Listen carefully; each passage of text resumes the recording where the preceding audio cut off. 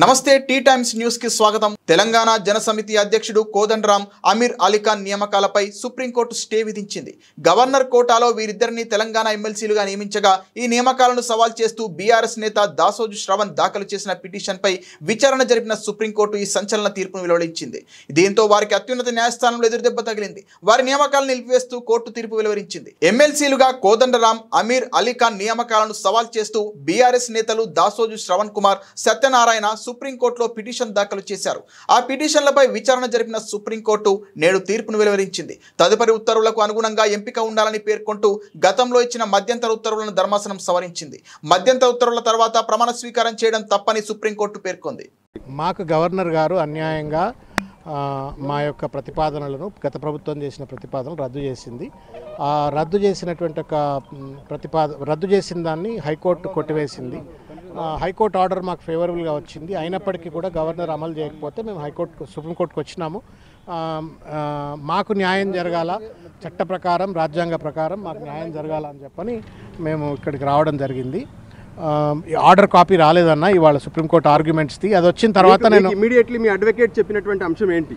మీ advocate మీకు ఇచ్చినటువంటి అంశం ఏంటి? అంటే ఏం జరిగిందన్నారు? ఏం జరిగిందని చెప్పారు? తెలియకల ప్రశ్న ఇది. ఏమన్నారంటే గతంలో ఉన్నటువంటి సుప్రీంకోర్టు ఆర్డర్ ఏదైతుందో దాన్ని మోడిఫై చేస్తూ ఉన్నారు. 14 ఆగస్ట్ 24 నాడు ఏదైతే సుప్రీంకోర్టు ఆర్డర్ ఇచ్చిందో ఆ ఆర్డర్ను మోడిఫై చేస్తూ ఉన్నాము. తదనంతరం జరిగినటువంటి యొక్క పర్యవసాన కార్యక్రమాలన్నీ కూడా రద్దయినట్లుగా అన్నట్టుగా మాట్లాడారు. కాబట్టి అన్కాన్స్టిట్యూషనల్ యాక్టివిటీస్ నన్ను ఇప్పుడు నేను ఆర్డర్ వచ్చినాక మొత్తం ఎక్స్ప్లెయిన్ చేస్తాను. కరెక్టే, మేము పొలిటికల్ అఫిలియేషన్స్ మాకుంటే కోదండరామ్ గారికి కూడా పొలిటికల్ అఫిలియేషన్స్ ఉన్నాయి కదా, అమీర్ అలీ గారికి కూడా పొలిటికల్ అఫిలియేషన్స్ ఉన్నాయి కదా. ధర్మం ఎవరికైనా, రాజ్యాంగం అనేది కుర్ర సత్యనారాయణ గారికి ఒకటి, దాసోజు శ్రవణ్కి ఒకటి, వెంకటేష్ గారికి ఒకటి, లేకపోతే మా రాజుకి ఒకటి ఉండకూడదు కదా. Constitution should be based on the preamble, equality, Liberty అని అంటే మనం అందరికీ సమానంగా రాజ్యాంగం వర్తించాలా. గవర్నర్ గారు రాజ్యాంగాన్ని సమానంగా వర్తింపజేయలేదు. మాకొక pick and choose, selectively pick and choose, మమ్మల్ని ఏమో మాకు స్పెషల్ అచీవ్మెంట్ లేదు, మాకు లాంగ్ టెన్యూర్ లేదు, లేకపోతే పొలిటికల్లీ అఫిలియేటెడ్ అని అన్నారు. మరి కోదండరామ్ గారు అయితే పార్టీ ప్రెసిడెంటే, తర్వాత అమీర్ అలీ గారికి కూడా పొలిటికల్ యాక్టివిజం ఉంది. మరి వాళ్ళనేమో అపాయింట్ చేస్తుంది. ఆమె మళ్ళీ ప్రెస్ నోట్ ఇచ్చింది 17 జనవరి 2023లో తనే ఒక ప్రెస్ నోట్ ఇచ్చి, 24 నాడు ఒక ప్రెస్ నోట్ ఇచ్చి నేను పదవులు ఏవి నింపను అని చెప్పని రాత్రికి రాత్రి ఏ కారణాల చేతనో వాళ్ళు నామినేట్ చేసినారు. What ever is it sir, ధర్మం గెలవాలని కోరుకుంటున్నా.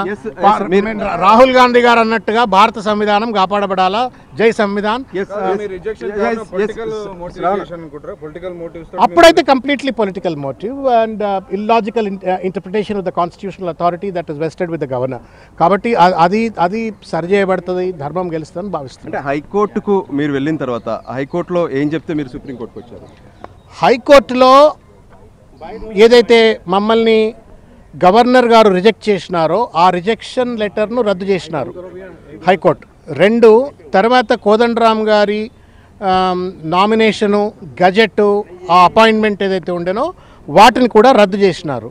మేము సుప్రీంకోర్టుకు వచ్చిన తర్వాత సుప్రీంకోర్టులో స్టే ఇచ్చినారు. మీకు తెలుసు, అది 14 ఆగస్టు 2024 స్టే ఇచ్చినారు.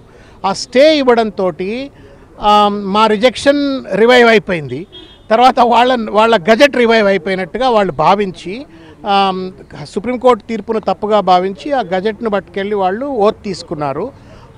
అది మరి కోర్టు వాళ్ళ రద్దు చేసినట్టుగా అనిపిస్తూ ఉంది. అంటే సార్ యాక్చువల్లీ ఆ రోజు ఇచ్చినటువంటి తీర్పు ఏంటి? సుప్రీంకోర్టు ఆ రోజు చెప్పినటువంటి అంశం ఏంటి?